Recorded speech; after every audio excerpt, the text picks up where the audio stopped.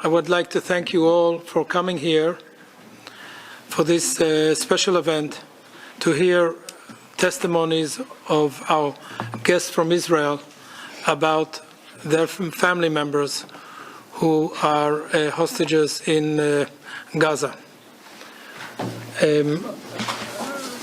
Natan, would you like to open? Thank you very much. We're very pleased to see this room packed and to bear witness actually and hear the stories of two families. The relative of Gadi Moses, who is an 8-year-old who is a civilian who was abducted on October 7 and who has been held captive now since then. And we're with us Efrat, MACHIKAWA, the niece of Gadi, as well as Margalit Moses, who is entering now in the room.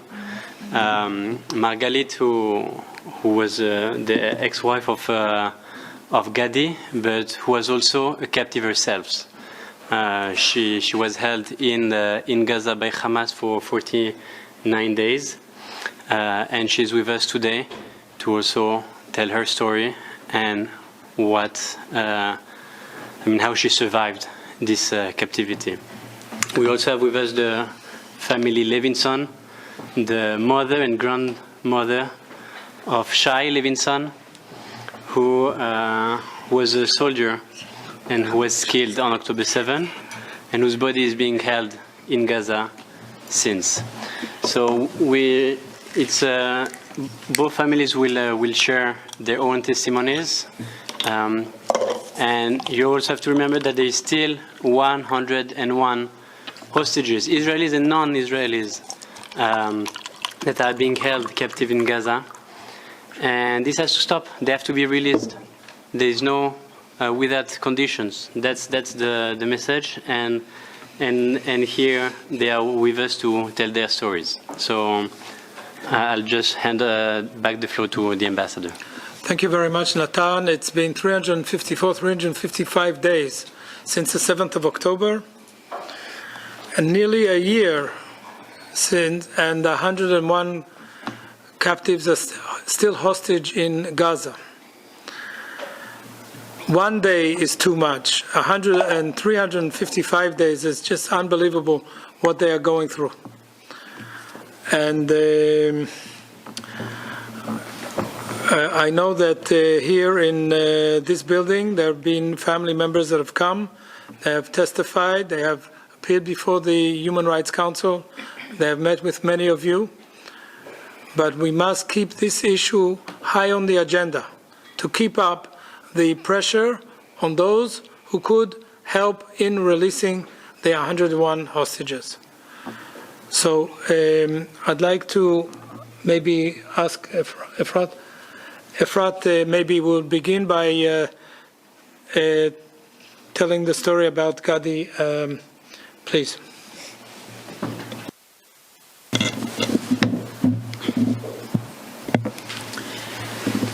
Thank you all for being here today. When I go to sleep at night, I wonder, did Gadi have anything to eat today? Can he breathe? How about his health condition? He turned 80 in captivity. He's a grandfather to 12. He is a father to 3. He is the greatest uncle in the whole wide world. When I was little, and Gadi used to travel around the world to save other people's lives through teaching them of wastewater and innovation in agriculture, using customized crops such as potatoes and carrots, I always wanted to sneak into his suitcase. He would meet people from east to west, from south to north. He is the kind of person who can talk to somebody in a tribal in Brazil, or to the president of Mozambique. He is a man of human. He is humanity itself. But yet, this did not matter to whoever came into his house on October 7th in the morning and took him away. Where is he? How is he doing? Is he alive? Is he eating? Is he drinking? Can he go to toilet? Do they know how sensitive he is and how his health is deteriorating? Gadi is one person that belongs to us, to our family, and is being taken away. But he is also a part of a community of 400 people, in which one of 4 was either brutally murdered, raped, burnt, or brutally, violently taken to Gaza. One of 4.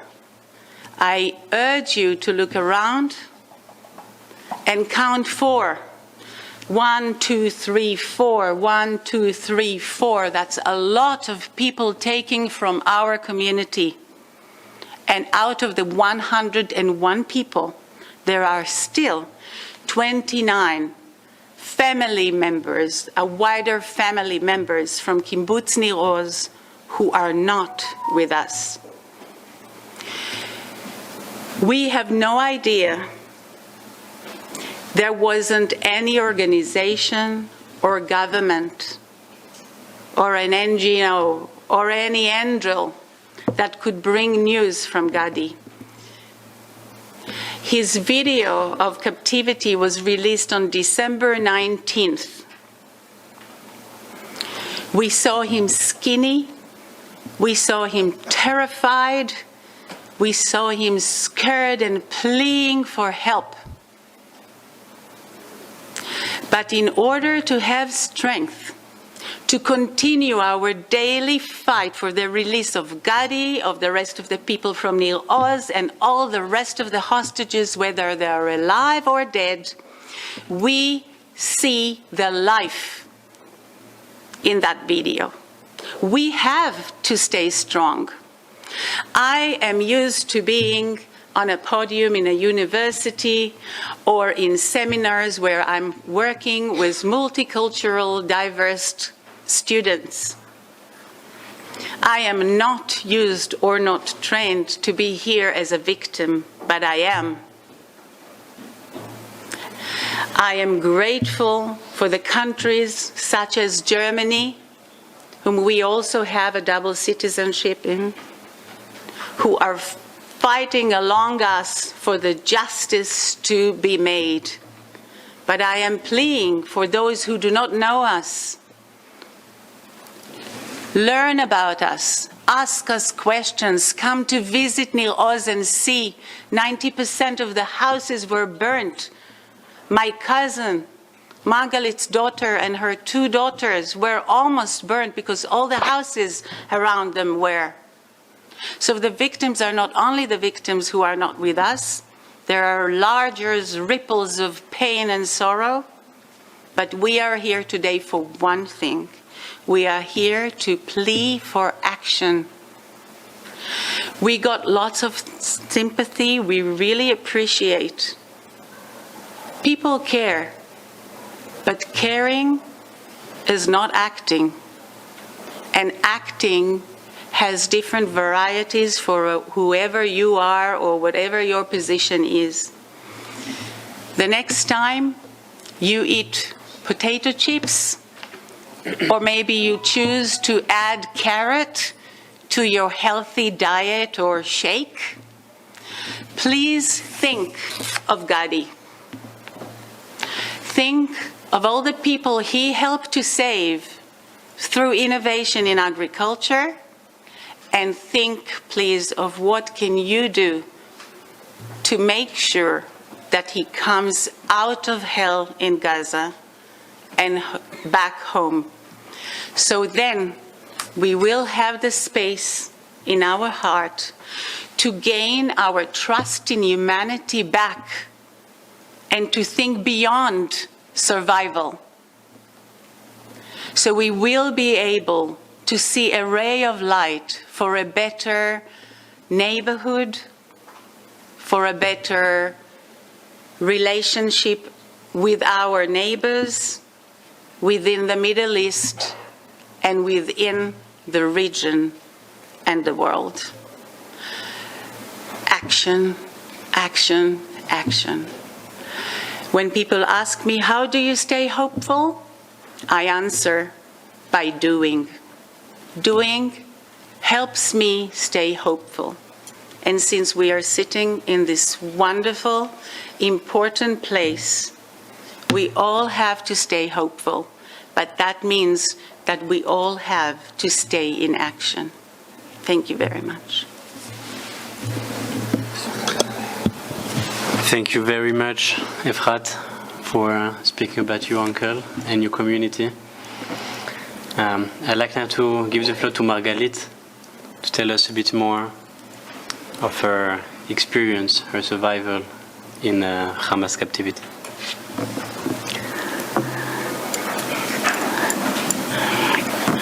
Almost a year ago, on Saturday morning, we had an alarm.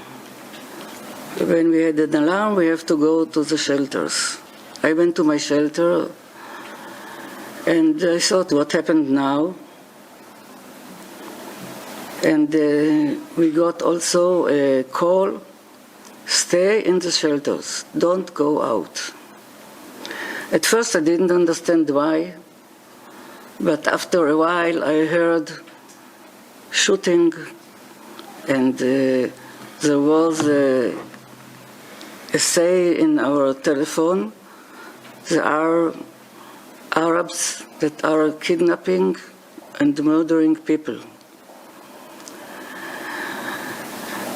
About 9 o'clock, I heard that somebody is breaking my shelter and my glass door that I have, and soon after a minute, somebody opened the shelter, and a young man with a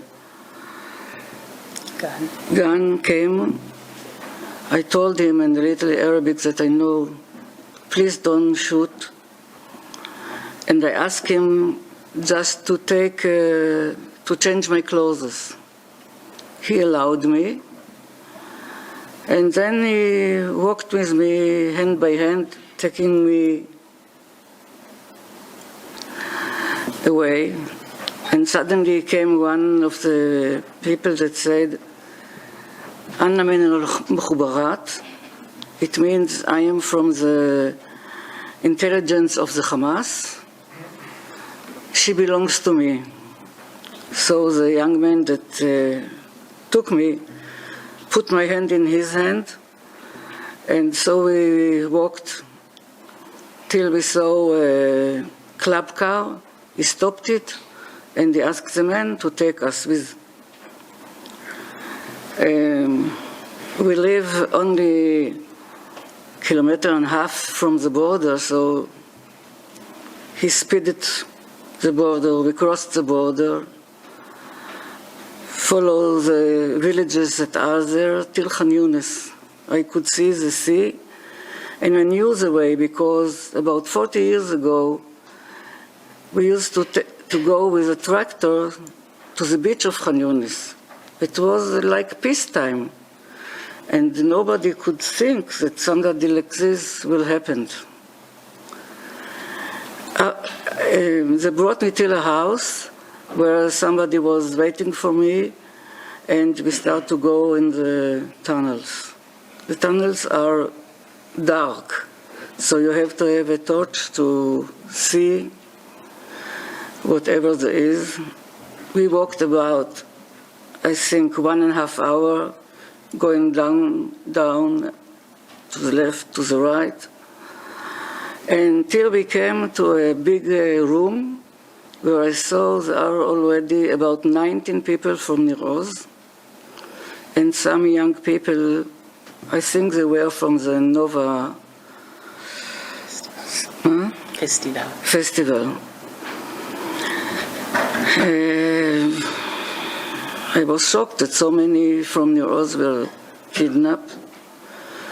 And one that was kidnapped, the last one, she told us that they are burning houses also. I hope that my house will stay. And we were taken to a doctor, 6 people of us, and then a 7th also came. And after the doctor, we went more down till something like, if it was a house, -3. There was a room there, and they told us to go inside. It was full of mattresses, and there was also a chair for me because the doctor that told me, if you don't have your machine, sit on a chair, put your head like this, and you can breathe. I'll just elaborate that Anne Margalit needs her CPAP, her breathing machine at night. She took it with her to Gaza, but in the entrance to the tunnel, some angry Hamas terrorist ripped it off her, and she couldn't have it, and she was very worried of what's going to happen at night. She has a condition where she cannot lie down and breathe, so she had the chair. I have a chair where I was sitting, and so nights were passing. I tried to help everyone of the other people that were lying on the floor, no beds, to get up, to go to a toilet. And in the morning, we got a big pita, something like this. A pita is a sort of bread, and it was for all the 7 that we were there. One piece with some cheese.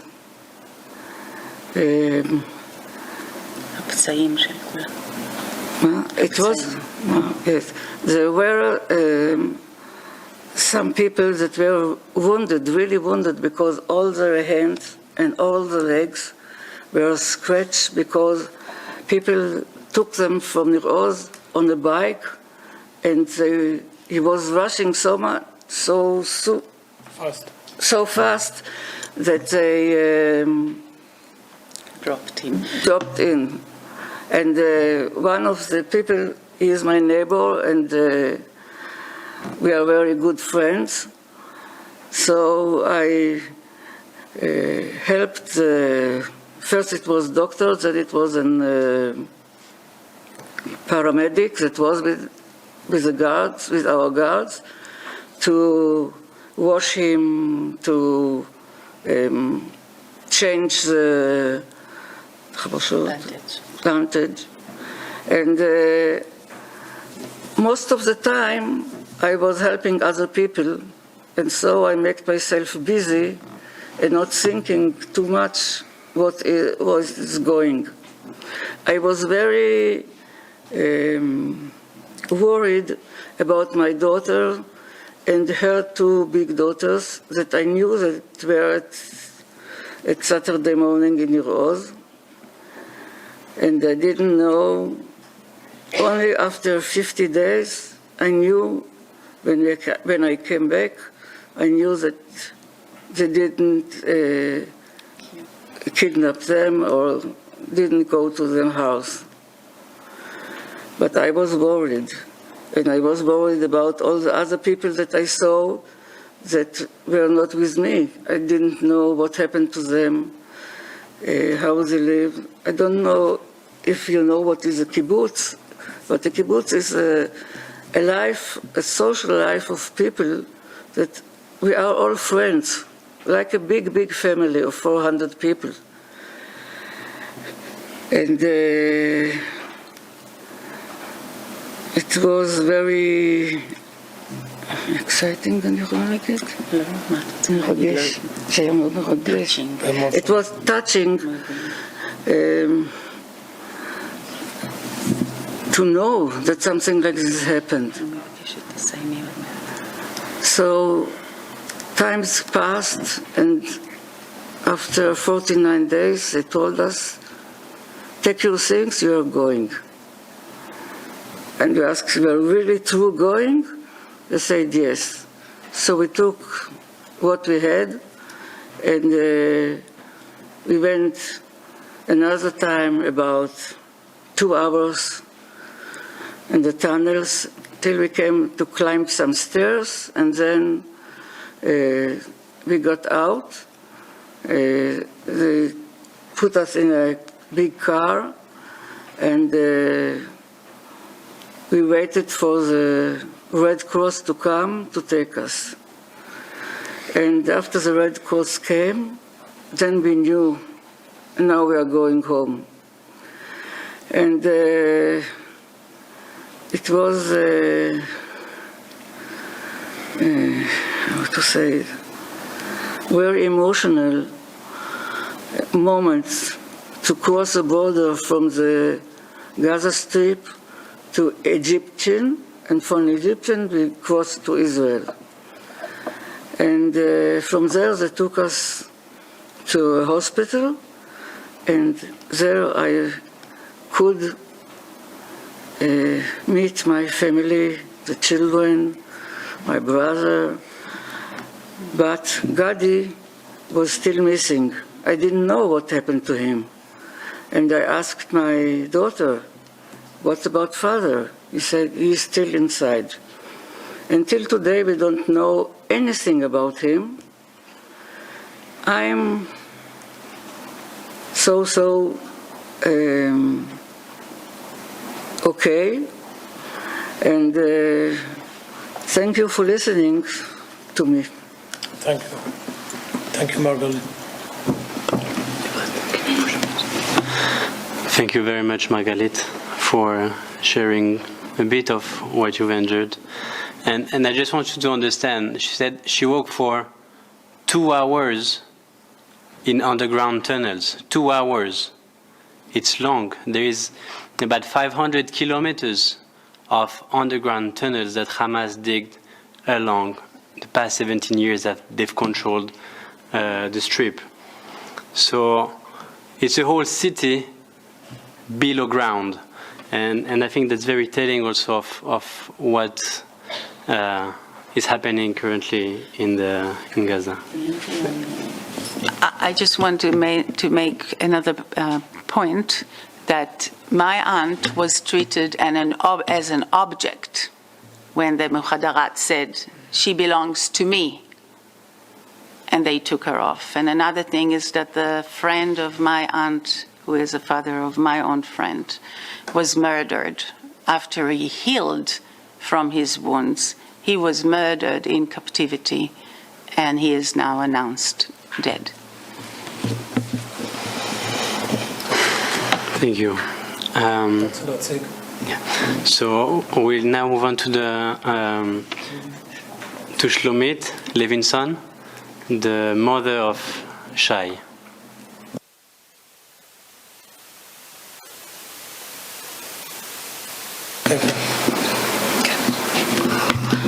Shalom, hello everyone. My name is Shlomit Levinson.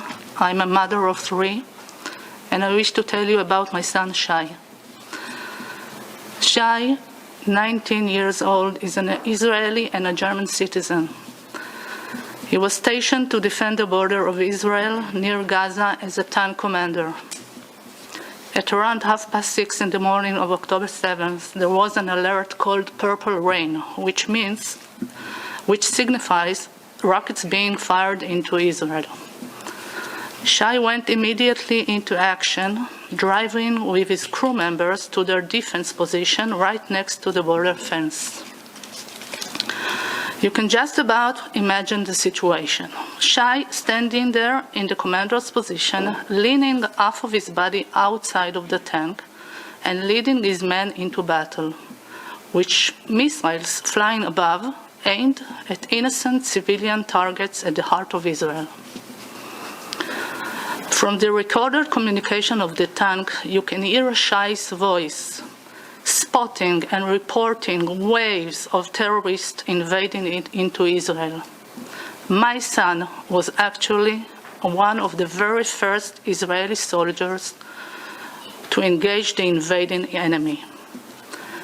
Unimaginable numbers of vicious terrorists invading to kill, rape, burn, and kidnap as many people as they can.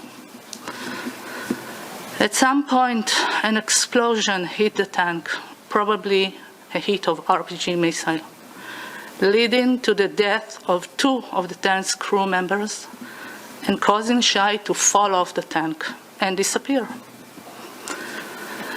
We later learned that it took the murderous Hamas only 1 hour to publish a short, sickening video of Shay being kidnapped. I wish no mother have to watch such a video of her son. Shay's status changed from missing to hostage until January. Based on intelligence and investigations, we received the notice from the Israeli authorities that Shay was killed and is currently being held by the Hamas terror organization in Gaza. We decided to sit Shiva, which is a Jewish mourning custom, but have no marked grave as of yet. Today, my family's situation is very difficult. It may seem to you that a year ago is old news, but for us, it has been October 7th every day. But as all of you very well know, this is only a small part of the picture, because we in Israel create life and because there is always peace in our hearts. It is simply the Jewish DNA. I raised my kids to be tolerant, open-minded, and to accept the differences between people. Shay may have been a soldier, but I call him a soldier of hope, a peace activist who held a strong positive view of coexistence and peace between Arabs and Jews. In light of his views, Shay was determined to set a personal example and so decided to specialize in high school in an Arabic-oriented studies. He also joined an Arab volleyball team, playing alongside his brother in the Israeli Premier League, and managed to gain many Arab friends while paving the way for more Jews to join the now mixed Arab-Jewish team. Shay was the kindest person I knew, always smiling and positive, the best son I could have asked. He was the glue that kept his group of friends together. Shay in Hebrew means gift, a present, and it truly was a gift that the world has lost. I'm sorry for you that you didn't get the opportunity to know him. I personally believe that Israel will prevail once more, if only for the reason that we simply have no other choice. We must keep on fighting to survive, and we need all of you to say loud and clear that you do understand Israel and its right to exist. If only 101 hostages will be returned to Israel, the suffering of both sides will come to an end. I thank you all for coming here together and giving me the opportunity to tell you even a bit of what Shay was like. Shay's body is still being held in captivity, and he deserves to rest in peace. Please act now. Bring him home now. Bring 101 hostages home now. Thank you for listening.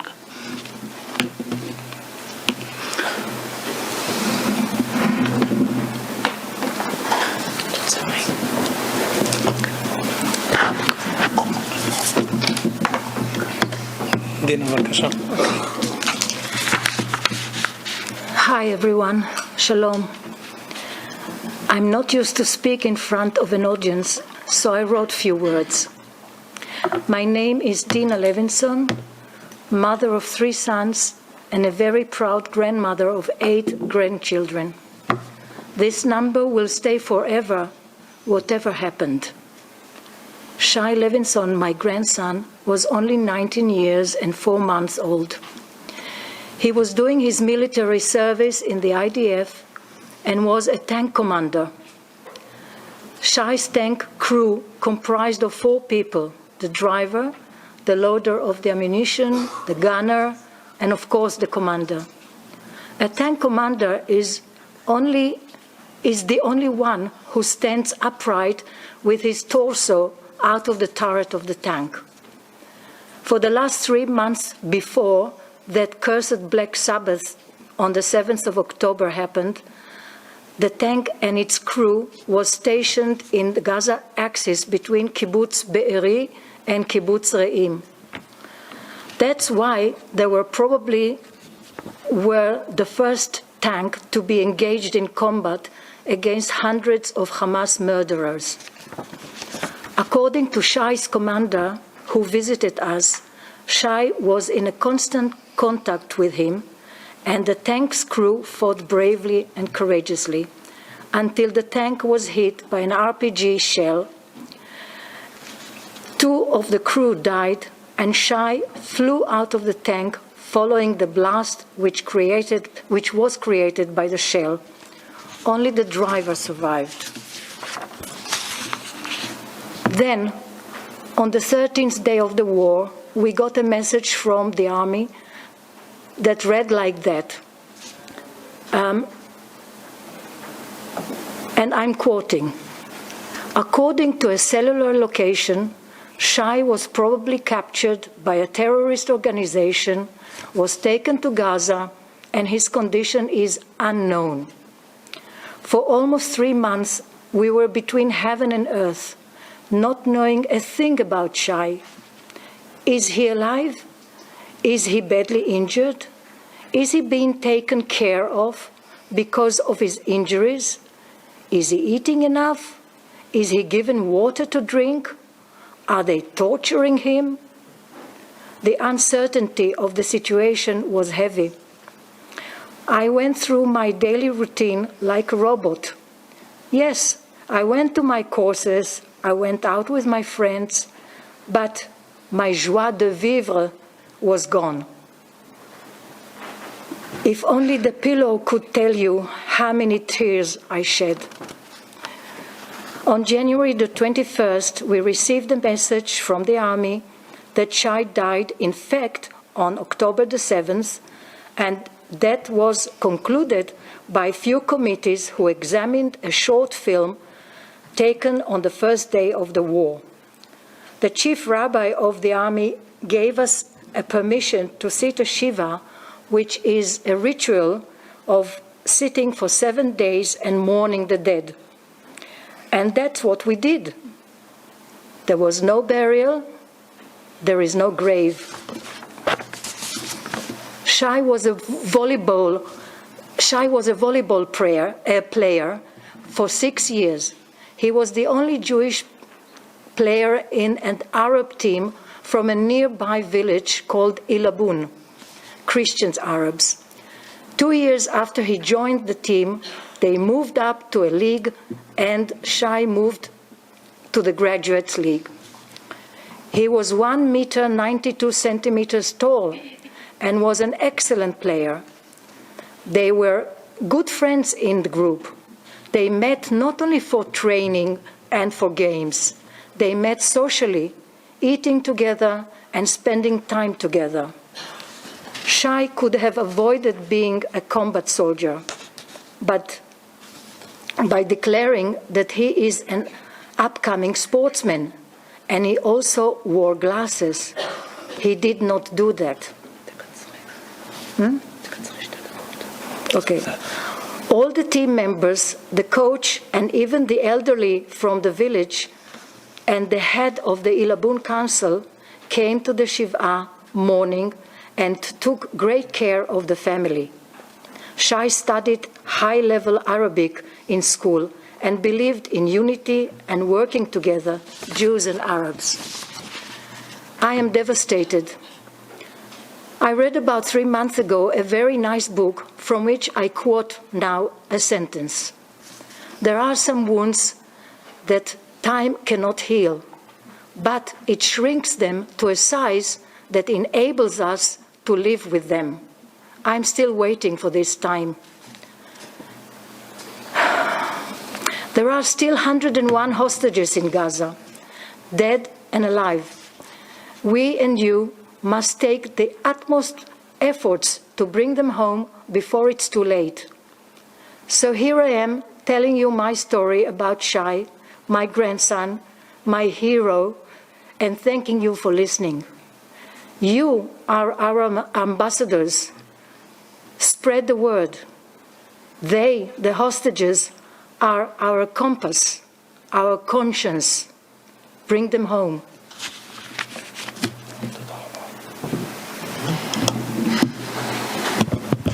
Thank you, Shlomit and Dina, for sharing words about Shay.